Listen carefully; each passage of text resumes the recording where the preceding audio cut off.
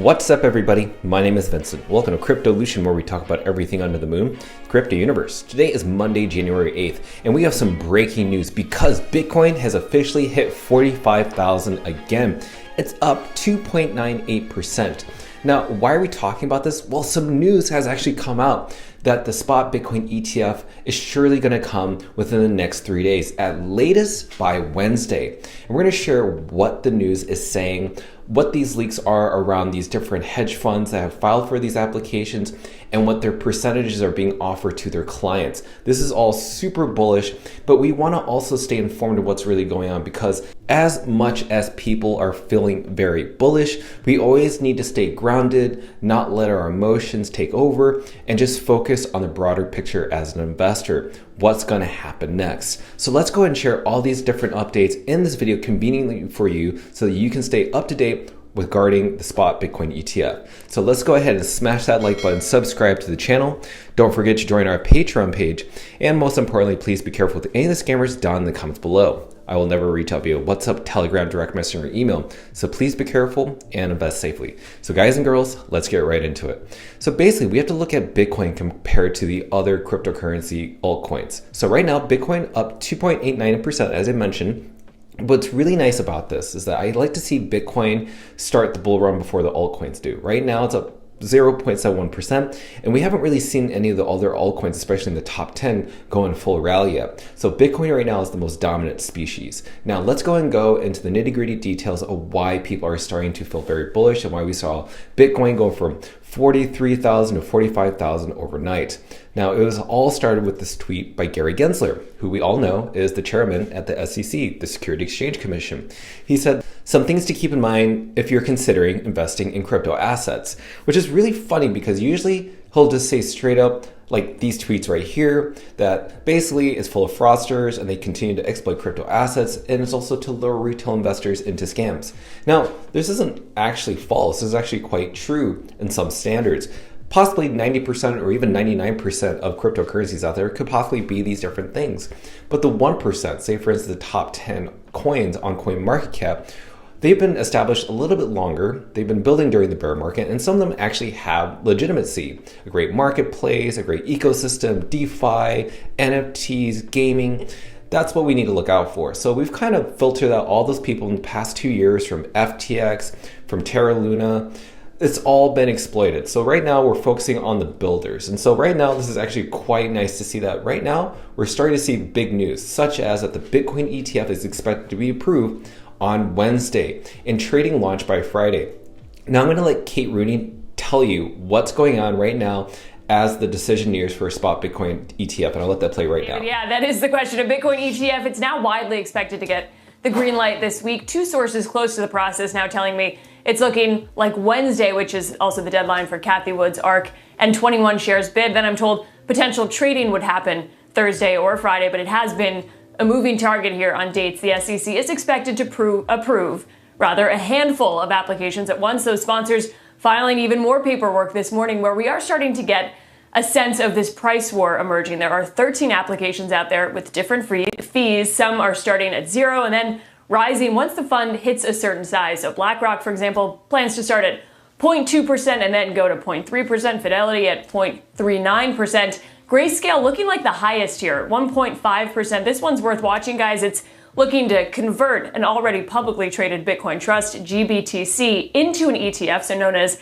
an uplist. With 27 billion roughly under management, GBTC would become one of the largest commodity-based ETFs if it is approved. The fund used to trade at a steep premium to Bitcoin, but then you've seen it switch, and it's been trading at a pretty steep discount in the past year or so, as much as 45% last year. That has narrowed to about 5%. So if that fund converts into an ETF, the discount essentially disappears overnight, starts trading at the price of Bitcoin. Some are taking that as an arbitrage trade, an opportunity there. Crypto prices have shot up in anticipation of this approval. Some are cautious, though, including Cathie Wood, who's among those taking profits, at least when it comes to Coinbase, ahead of any news here this week. Guys, back to you. Yeah, Kate, Bitcoin itself obviously seems to have been moving up in anticipation of that. If and when it finally does come, as you say, as soon as Wednesday, are there any expectations it's going to further the rise here, or is the news already baked in?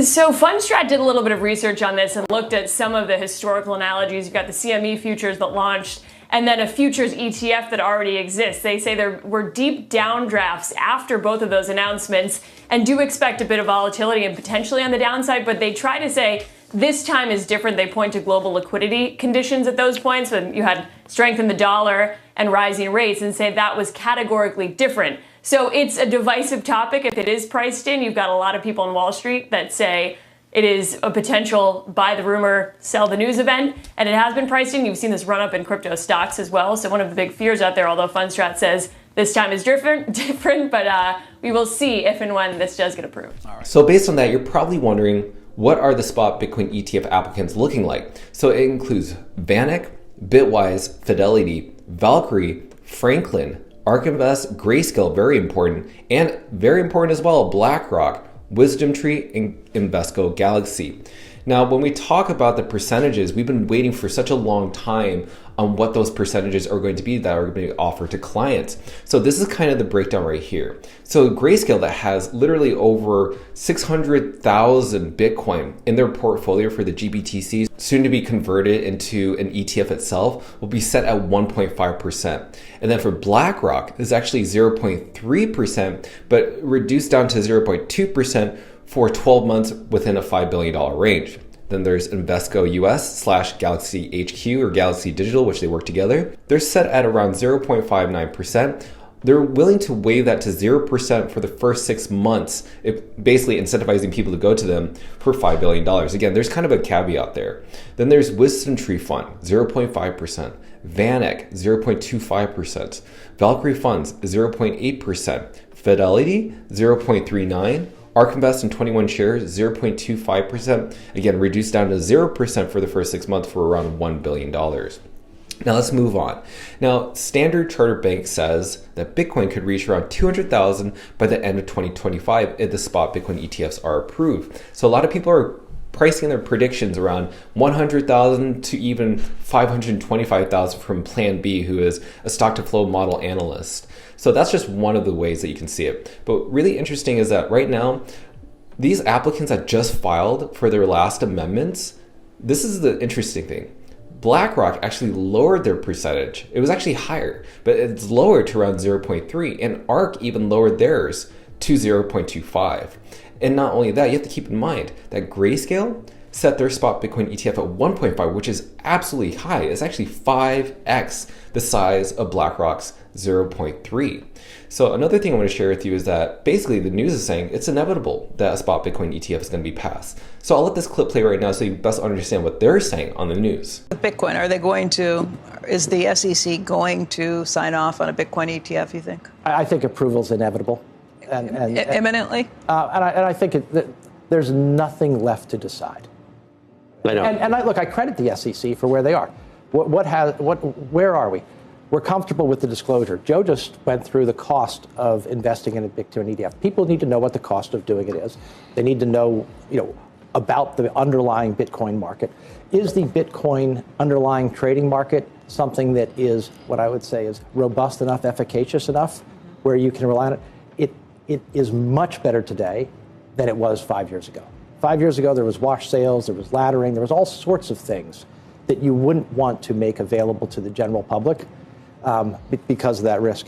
And the last thing, and I think this is missed, is the technology to actually provide the product, the custodying, the create, the redeem. This is a big step, not just for Bitcoin, but for finance generally. If you can digitize, tokenize underlying assets and trade that way, that's a potential significant change across finance, not just in the crypto space. But you think Bitcoin ETF approval is coming and imminent? Yeah, well? I do. Yeah. I could be wrong, but that's what I think. So you must be wondering where Bitcoin's going to go, because right now we did actually break something. We broke past this resistance level of around 44,000, and we did touch 45. So let's go ahead and look at the charts of what that's looking like. So right now, as you can see, this was the big resistance level. We were kind of going up and down within this wedge. And finally today, we broke out of that because of all this news, because of all this anticipation. And a lot of people say out there, don't sell your Bitcoin to BlackRock. Don't sell your Bitcoin to these hedge funds. And there was a lot of volatility. volatility, because just a few days ago we were at 42,000. So now we're well above that, and you should hold on to your Bitcoin, because now that institutions, hedge funds, and family offices, and even clients of theirs with IRAs or retirement funds are going to start suggesting that they have some of their allocation to Bitcoin. Maybe it may not funnel a ton of money in right away, but over time throughout the year of 2024, you could see a huge uptrend within Bitcoin. But if we were to dip, let's just be honest, what if it does dip? And we do experience the largest dip possible. Maybe this is the sell the news event. Well, I think the lowest, if possible, that this can go, believe it or not, is around 31,000 based on this chart. So we're going from 45 to 31,000. The reason you want to stay informed about that is because you really want to position yourself well. Maybe you want to have some funds set aside to buy that dip, because you know, like, or feel that it could drop down to 31,000, or even the nearest point of that closing was around 36,000. So maybe you could set your entry points right around here. And the reason I say this is because even though we have these ETFs coming, you have to keep one thing in mind as well, is that the DOJ, or the Department of Justice, they've seized around 120,000 worth of Bitcoin. That's roughly around $71 million. Now, that won't really affect the price of Bitcoin too much. And say, for instance, if the Department of Justice, say, for instance, decides to dump all the Bitcoin, right? They want to fund their little Department of Justice and fund their employees and fund their offices for more investigations or whatever. It doesn't matter. What if they decide to even sell it? I think the balance between retail investors and institutions buying into the ETFs, or even directly buying Bitcoin through their Coinbase or any other exchange, because it's a little bit more safer, a little bit more regulated, that's going to at least come in the next year or two, that it's going to help balance that out. So just keep that in mind. You never know if there's going to be a sell-off at any point. You know, people are very bullish right now. But as a conclusion and statement, this is actually really huge for Bitcoin. The fact that we're even at 45,000 is really big to me. And seeing all this news around these applicants filing for their last amendments, and also for the fact that right now, we're just in the last stretch. This is really historical, that Bitcoin is literally going to become something that we've been fighting for over 15 years, which is having a spot Bitcoin ETF available for regular retail investors and having a little bit more clarity around the SEC.